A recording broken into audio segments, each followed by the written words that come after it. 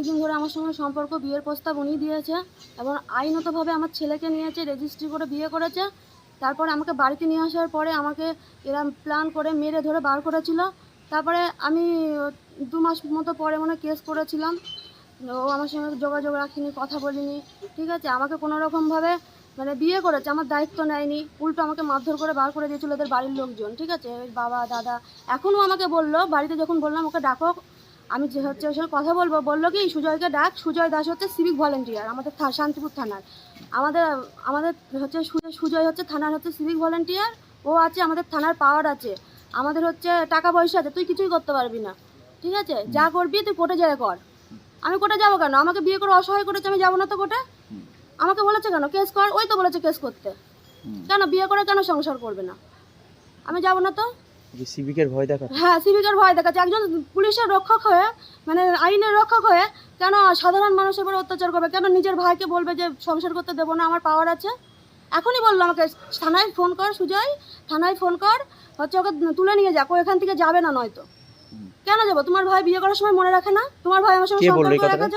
এই তো ওর মেজদা বললো। কি নাম মেজদার নাম দেবাশিস দাস। আর বদ্দা বলছে তুই এখান থেকে চলে যা, তোর হচ্ছে এখানে কোনো কথা হবে না। কেন? তোমরা আমার সঙ্গে অন্যায় করেছো, তোমরা আমাকে মেরেছো, ধরেছো, কেন? কিসের জন্য? আমি তো তোমাদেরকে কোনো অন্যায় করিনি, তোমরা আমাকে অসহায় বানিয়েছো মেরে। কেন অসহায় বানিয়েছো? তোমার ভাই কেন বিয়ে করলো? এর আগে কি এসেছিলেন বাড়িতে? হ্যাঁ এসেছিলাম, আমাকে নিয়ে এসেছিলো বিয়ে করে। তারপরে কি হলো? তারপরে আমাকে সারাদিন ধরে ঘরে রেখে দিয়েছিল আটকে, আমাকে বেরোতে দেয়নি, ঠিক আছে। লাস্টে যেদিন আমাকে বার করবে সেদিন আমাকে বেরোতে দেয়নি সারাদিন। প্ল্যান করে লোকজন ডেকে নিজেরা মেরে, লোক দিয়ে মেরে আমাকে বার করেছে। তো সে তো, ওরা তো আমার সাথে অন্যায় করেছে, তাহলে নিজেদের অন্যায় নিজেরা কখনো বোঝে না যে একটা মেয়ের সঙ্গে আমরা অন্যায় করছি? কেন অন্যায় করলো? আপনাদের কি রেজিস্ট্রি হয়েছে? হ্যাঁ রেজিস্ট্রি হয়েছে। কাগজ আছে? হ্যাঁ আছে। এখন এসেছিলেন কি কথা? আমি এখন এসেছিলাম যে সংসার করতে হবে আমার সাথে। তুমি আমার সঙ্গে প্রতিনিয়ত কথা বলো ফোনে, প্রতিনিয়ত আমার সঙ্গে আমার বাড়ি যাও, আমার সঙ্গে হোটেলে যাও, বাড়ির ভয়ে তুমি এখানে নিয়ে আসতে পারো না, তাহলে তুমি কেন আমার সঙ্গে এভাবে চুরি করে কেন করবো? তুমি তো আমাকে আইনত বিয়ে করেছো, মন্দির থেকে বিয়ে করেছো, সবাই জানে, কেন তুমি বাড়ি নিয়ে আসতে পারো না? তুমি পুরুষ মানুষ তো।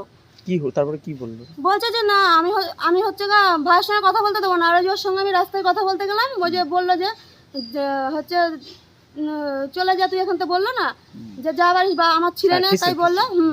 বললো আমার ছিঁড়ে নে, তাই বললো। এবার আমি ওর কি করবো? আমি তো অসহায় না। এবার আমি চাই আইন আমাকে ন্যায় বিচার পাইয়ে দিক। একটা ভয় ডর আছে যে একটা মানুষ নোংরামি করতে যাবো, আমাকে তো লোকে তো দেখবে, এই সব করে করে ওই পুরা মাঝে হাল করে করে না পারে ওই ডিভোর্স দিচ্ছে। এই ডিভোর্স দিয়ে যাওয়ার পরে ছোড়া বিয়ে করে খুব সুন্দর সংসার করতো। এবারে এই ছোড়া যা তো আসতো শুনেছি লোকের মুখে, আমি তো দেখিনি। এখন এও বলছে আমার কাছে যেত রাতের পর রাত। এবার এই মেয়ে ছেলে একটা বোঝা উচিত, আমার স্বামী বাইরে থাকে আমাদের কষ্টের জন্যই তো। এই যে আমার স্বামী সত্যিই বাইরে থাকে কাজের জন্য, আমি রোজগার করতে পারি না, আমার একটা ছেলে একটা মেয়ে আছে, তাদেরও দিতে হয়। যে আমার মেয়ে ফ্রিজ কিনে দিলাম, এই সমস্ত কিনে দিলাম, আমার স্বামী ছাড়া তার কেউ নেই। এরও তো সেই জন্যই তো গেছিলো। তার আগে যদি এরকম নোংরামি করে তাহলে কেউ মেনে নেয়? আর এত বড় সিয়ানা ছেলে থাকে, এখন মানুষ তো ইয়ং ছেলে, কত ভরি ভরি মানুষ এই সমস্ত নোংরামির মধ্যে জড়িত না, বলেন তো দাদা? তার মধ্যে যদি এখন হাতের যদি অধিকারটা বলে, কখনোই পারে না, কখনোই পারে না। কী করে পায়? একটা সিয়ানা ছেলে, একটা ইয়ং ছেলে কখনোই মেনে নেয়? কখনোই নেবে না।